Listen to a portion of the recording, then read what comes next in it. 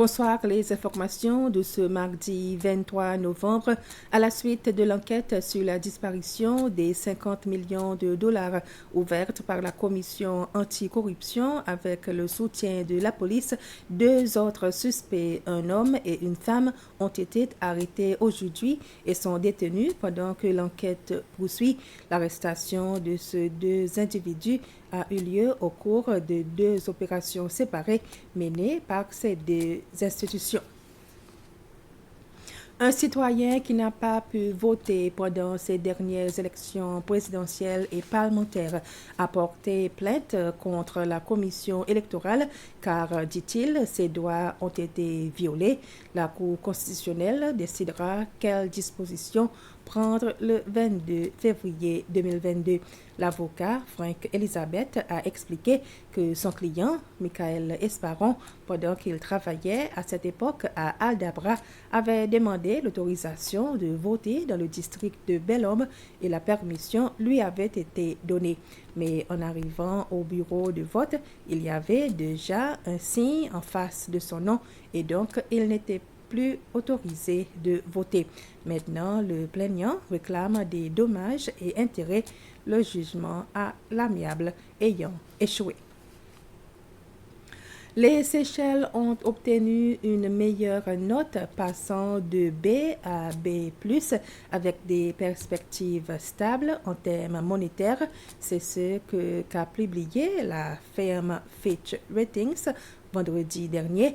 Dans un entretien cet après-midi, le ministre des Finances, Nadir Hassan, a annoncé que les Seychelles ont gravé sur échelon de plus suite à l'amélioration des performances économiques.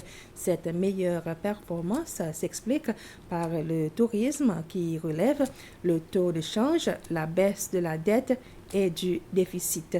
Il a cependant fait ressortir que les risques existent encore et que le pays doit être vigilant. Il s'agit d'une délégation qui a rencontré le président Ramkalawan ce matin. Elle vient de la Banque africaine de développement.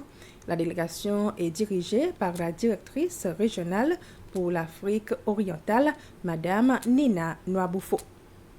La visite a pour objectif de discuter sur la coopération entre la Banque africaine de développement et les Seychelles afin de mieux coopérer pour le développement économique du pays. La directrice régionale pour l'Afrique orientale, Mme Nina Nwabufo, a également rencontré le ministre des Finances et la gouverneure de la Banque centrale. Elle a déclaré qu'il était nécessaire pour son institution d'entreprendre cette visite pour se rendre compte des actions du gouvernement, d'évaluer la situation dans le but d'apporter le soutien de la BAD à la population et au milieu des affaires pendant ces moments difficiles. Dans le passé, la BAD a apporté une assistance financière de 10 millions de dollars pour appuyer le budget. Cette année, elle apporte une somme de 20 millions de dollars. L'année prochaine, Mme Nwabufo a promis d'augmenter cette aide, félicitant le gouvernement séchellois pour ses efforts, car le pays entre dans une croissance économique positive. L'Ouganda et les Seychelles vont renforcer leurs relations bilatérales et leur coopération dans plusieurs domaines. C'est ce qu'a déclaré le premier haut-commissaire ougandais aux Seychelles, le Dr Assa Galiwanga. Dr Galiwanga est également le représentant de son pays au Kenya et il est basé à Nairobi.